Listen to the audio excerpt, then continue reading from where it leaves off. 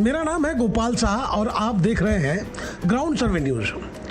आज हम आपको नवी मुंबई नेरुल एरिया में लिए चलते हैं, जिसमें आपको देखने को मिलेगा कि कैसे इंसान की इंसानियत दम तोड़ते जा रही है।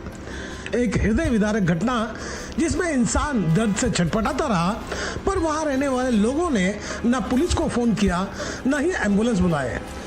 देखते हैं खबर विस्तार से। दोस्तों, यह नवी मुंबई नेरुल का इलाका है जहां बड़े बड़े गगनचुंबी इमारतों में लोग रहते हैं, लेकिन हकीकत यह है कि एक दुर्घटना की वजह से मैं सोचने पर यह मजबूर हो गया कि क्यों ऊंचे मकान और फीके पकवान हैं। जैसे जैसे लोग ऊंची इमारतों में पहुंचते हैं क्यों इंसानियत दम तोड़ जाती है। जानता हूं कि आप कहेंगे भला ये कैसे मुमकिन है। तो जनाब, आपको बता दें कि एक 7 मंजिल इमारत पर किसी टेलीकॉम कंपनी का टावर लगा हुआ था और इसी टावर पर कुछ दुरुस्ती का काम करने के लिए एक टेक्नीशियन चढ़ा हुआ था। वहीं बारिश की पानी इमारत के छत पर ना रिसने लग जाए, इसलिए छत के ऊपर सीमेंट का पतरा लगाया गया था और इसी सीमेंट के छत पर चढ़कर एक 40 वर्षीय मौर्य नाम का व्यक्ति टेलीकॉम टावर पर कुछ ठीक करने पहुंचा हुआ था। लेकिन टेक्नीशियन का दुर्भाग्य देखिए कि सीमेंट का वह पतरा टूटा और उसका संतुलन बिगड़ गया। उसके बाद दर्दनाक घटना घट गई। मौर्य सीधे 7 नहीं 8 मंजिल से जमीन पर आ गिरा। उसके बाद देखने वालों का मजमा लग गया। प्रत्यक्षदर्शियों का कहना था कि जब किसी ने पुलिस को और एम्बुलेंस को फोन नहीं किया, आधे घंटे बाद बगल में ही यस बैंक का मैनेजर बाहर निकले थे और जब उन्होंने हकीकत जानी तब फौरन 112 नंबर पर फोन किया गया। तब जाकर एम्बुलेंस और पुलिस घटनास्थल पर पहुंची और जब हम पहुंचे तब एम्बुलेंस में घायल को लाद कर अस्पताल के लिए रवाना किया जा रहा था। लेकिन हकीकत यह है कि तब तक उसके प्राण पखेरु उड़ चुके थे। जब हम बिल्डिंग के कंपाउंड में उस जगह पहुंचे जहां मौर्य ऊपर से नीचे गिरा था, तब उसी बिल्डिंग के रहवासी हमसे उल्टा सीधा सवाल करना शुरू कर दिए। हद तो तब हो गई जब हम उसे जानवर देखने लगे और वह यह कहते भी नजर आए, पहले ये सुन ले। बिल्डिंग के निवासी भड़कते हुए हम पर क्या और किस तरह की टिप्पणी कर रहे थे, देखें और सुने। ये सोसाइटी के लोग हैं जो इस बात का विरोध कर रहे हैं कि वो आदमी गिर के गया। जब से मैंने उनसे सवाल किया कि ये बताएं कि वो जो गिरा है, आइडेंटिटी कार्ड नहीं दिखा रहे, फिर हम कहीं उसको दिखाना। अच्छा, आपको आई कार्ड चाहिए? आदमी मर गया है। आप कौन हो? आप मर गया, उसके जवाब नहीं दोगे। आप हो कौन? मैं कौन हूँ यही मैं जानना चाहता था। आप पहले बताओ, आप लोगों की गलती की वजह से मरा है क्या वो?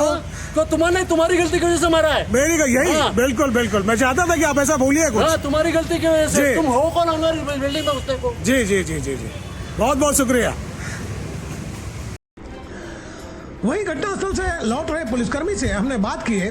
बामुश्किल उन्होंने हमें बताया, बस ये जो गिर गया ऊपर से, उसका क्या नाम था, कुछ पता है? एज क्या होगी उसकी? वो पोर्टेशन थी सर, हमारे साइड में। कुछ एज बता सकते हैं आप जो गिरा था? तो बोलो ना, जो गिर गया उसका एज क्या था जो बंदा ऊपर? 45 या 50 के बीच रहेगा। क्या लगता है कॉन्ट्रैक्टर की गलती थी इसमें? वो सब कुछ नहीं बोल सकते सर। दोस्तों, अगर समय रहते उसे उपचार मिल गया होता तो हो सकता है वो कुछ दिन और जी लेता। पर इस ड्रीम हेवन में रहने वाले कोई भी व्यक्ति अपने आप को शायद झमेले में नहीं डालना चाहते थे और यही वजह रही कि टेक्नीशियन मरा हो चुका था और देर होने के बाद रही सही उम्मीद भी खत्म हो गई। दुर्घटना इसी इमारत के छत से गिरने की वजह से हुई, जिसका पता है प्लॉट नंबर 18 और सेक्टर 25। इस इमारत का नाम है ड्रीम हेवन, यानी सपनों का स्वर्ग। पर इस इमारत से गिरकर एक व्यक्ति स्वर्गवासी हो गया और यहाँ के निवासियों का रवैया ऐसा था मानो वह अमृत पीकर आए हैं, सीधे आसमान से जमीन पर उतरे हैं। उनके बात करने का रवैया ऐसा था, वह अपने आप को दूसरा सबसे बड़ा धन्ना सेठ समझ रहे थे।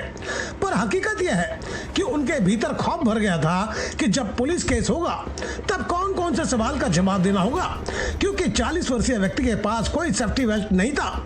वहीं टेलीकॉम कंपनी मजदूर को कीड़े मकोड़े से ज्यादा कुछ नहीं समझते। अगर ऐसा नहीं तो मजदूर के पास सुरक्षा का कोई उपकरण क्यों नहीं था? वह इमारत वालों को प्रति माह 50 से 75 हजार रुपए महीना टेलीकॉम टावर लगाने का किराया देते हैं, पर एक मजदूर के जीवन को बचाने के लिए कोई सुरक्षा का उपकरण क्यों नहीं दिया गया था? वैसे ढेरों सवाल हैं, पर उनमें से एक यह भी सवाल अहम है कि क्या मजदूर का बीमा कराया गया था या नहीं। अगर नहीं तो कंपनी का यह दोहरी लापरवाही है। मुझे तो लगता है कि इस केस में सोसाइटी और टेलीकॉम कंपनी के लोग एक मजदूर के मौत का बराबर जिम्मेदार है, जिसकी जांच बेहद सलीके से होनी चाहिए। खबर लिखे जाने तक मृतक के शरीर को पीएम के लिए नवी मुंबई महानगर अस्पताल भेजा जा चुका था। हमने नेरुल पुलिस थाने के वरिष्ठ पुलिस अधिकारी और इन्वेस्टिगेशन अधिकारी से बात किए। उनका कहना था कि जांच बेहद सलीके से होगी।